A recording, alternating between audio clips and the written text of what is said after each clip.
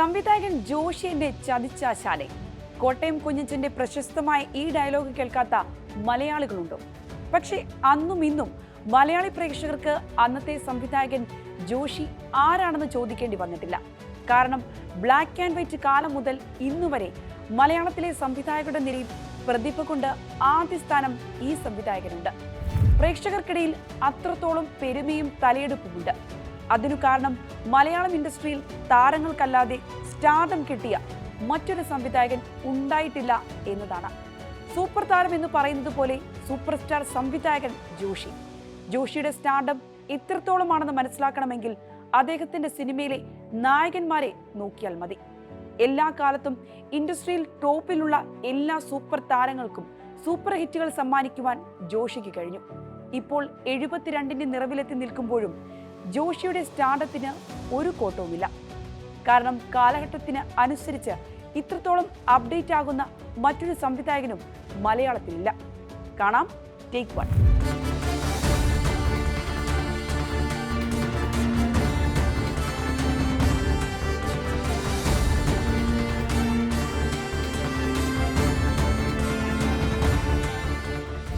നാൽപ്പത്തിയാറ് വർഷങ്ങൾക്ക് മുൻപ് മലയാളത്തിൽ സിനിമ ഔട്ട്ഡോർ ഷൂട്ടിംഗ് വിരളമായി നടക്കുന്ന കാലം.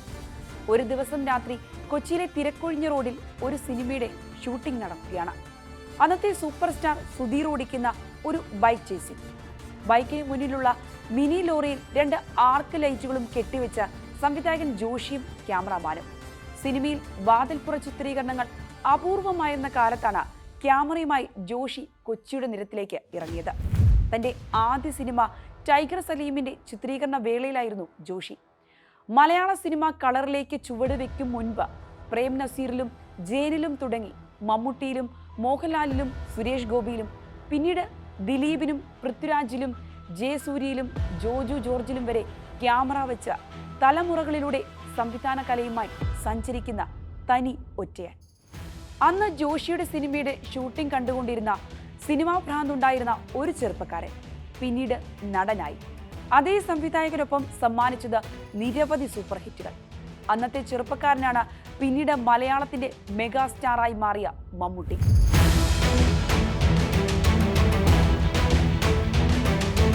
എക്കാലത്തും പൊതുപരിപാടികളിലും അഭിമുഖങ്ങളിലും സജീവമാകാതെ സിനിമയും തന്റെ വ്യക്തി ജീവിതവും ഒക്കെയായി ചിലവഴിക്കുന്ന ജോഷിയെക്കുറിച്ച് മമ്മൂട്ടി തന്നെ ഒരിക്കൽ പറഞ്ഞിട്ടുണ്ട്. ജോഷി അധികം സംസാരിക്കില്ല, പക്ഷേ അദ്ദേഹത്തിന്റെ സിനിമകൾ സംസാരിച്ചുകൊണ്ടേയിരിക്കും. മോഹൻലാൽ വലിയ താരമാകുമെന്ന് പ്രേം നസീർ പ്രവചിച്ചതും ഇതേ ജോഷിയോടായിരുന്നു. മഞ്ഞിൽ വിരിഞ്ഞ പൂക്കളുടെ പ്രിവ്യൂ കണ്ടതിനു ശേഷം നവോദയ അപ്പച്ചന്റെ ഒരു സിനിമ വരുന്നുണ്ട്. എല്ലാവരും പുതുമുഖങ്ങളാണ്, അതിലൊരു നടനുണ്ട്, അവൻ മലയാള സിനിമയുടെ വാഗ്ദാനമാണ് എന്നുള്ള അന്നത്തെ സൂപ്പർ സ്റ്റാറിന്റെ ദീർഘവീക്ഷണം ജോഷിയോടായിരുന്നു. പിന്നീട് മോഹൻലാൽ ജോഷിയുമായി ചേർന്നപ്പോഴും പ്രേക്ഷകർ കണ്ടു മലയാളത്തിലെ എവർഗ്രീൻ സൂപ്പർ ഹിറ്റുകൾ. തമിഴകത്തിന്റെ സൂപ്പർ സ്റ്റാർ വിക്രമിനും ജോഷിയെ മാറ്റി നിർത്തി ഒരു സിനിമാ ജീവിതമില്ല. ധ്രുവം സിനിമയുടെ ചർച്ചാവേളയിലാണ് ഫ്ലൈറ്റ് യാത്രാ മധ്യേ മോഡലായ ഒരു ചെറുപ്പക്കാരന്റെ മുഖം ജോഷി കാണുന്നത്. മമ്മൂട്ടിയുടെ മന്നാടിയാരുടെ വലം കൈയായ ഭദ്രന് പറ്റിയ ആളാണല്ലോ എന്ന് തോന്നി.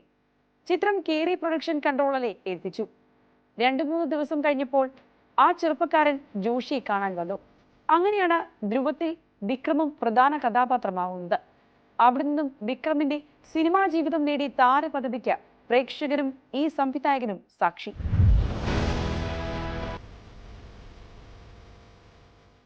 തിയേറ്റർ ഉടമയായ അച്ഛനിൽ നിന്നാവാം സിനിമയോടുള്ള പ്രണയം ജോഷിയിലേക്ക് പകർന്നത്. കോളേജ് പഠനം പൂർത്തിയാക്കാത്തതിന് കാരണവും സിനിമ തന്നെയായിരുന്നു മനസ്സിൽ. മദ്രാസിയിലെത്തി അന്നത്തെ ഹിറ്റ് മേക്കേഴ്സായ പലരോടും സംവിധാന സഹായിയായി നിൽക്കുവാൻ അവസരം ചോദിച്ചു നടന്നു. 10 പൈസ തരില്ല, ഭക്ഷണവും താമസവുമെല്ലാം സ്വന്തം ചെലവിൽ നടത്തിക്കൊള്ളും എന്നുള്ള ഉറപ്പിൽ ക്രോസ് ബെൽറ്റ് മണിയുടെ സംവിധാന സഹായിയായി കാപാലിക എന്ന ചിത്രത്തിലൂടെ തുടക്കം കുറിച്ചു. ആദ്യ സിനിമയായ ടൈഗർ സലീമിന്റെ പരാജയവും രണ്ടാമത്തെ ചിത്രം 1000 വസന്തങ്ങൾ റിലീസിനുള്ള പ്രിന്റുകളാക്കിയിട്ടും തിയേറ്ററിൽ എത്താതെ പോയതും അൺലക്കി ഡയറക്ടർ എന്ന പേര് ജോഷിക്ക് സിനിമാ ലോകം നൽകി. അഡ്വാൻസ് നൽകിയ തുക നിർമ്മാതാക്കൾ തിരിച്ചു വാങ്ങി. നിരാശയിലേക്ക് കൂപ്പുകുത്തിയെടുത്ത് വിജയിച്ച സിനിമയുടെ സംവിധായകനാകണമെന്ന വാശിയായി പിന്നീട് ജോഷിയുടെ സംവിധാന മികവ് തിരിച്ചറിഞ്ഞ ജയൻ ഡേറ്റ് നൽകി. അൺലക്കി സംവിധായകനായ ജോഷിക്ക് വേണ്ടി പണം മുടക്കുവാൻ മടിച്ചപ്പോൾ ജോഷി സംവിധാനം ചെയ്താൽ മാത്രം താൻ അഭിനയിക്കുമെന്നുള്ള ജയന്റെ തീരുമാനത്തിൽ മൂർഖൻ തിയേറ്ററിലെത്തി.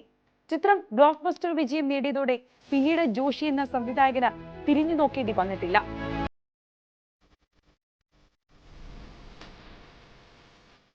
അന്ന് തന്നെ വിശ്വസിച്ച് നായകനായ ജയന് പക്ഷേ ജോഷിയുടെ വിജയം കാണുന്നതിന് മുൻപേ വിട പറയേണ്ടി വന്നത് എക്കാലത്തും ജോഷിയുടെ സ്വകാര്യ ദുഃഖങ്ങളിൽ ഒന്നാണ്.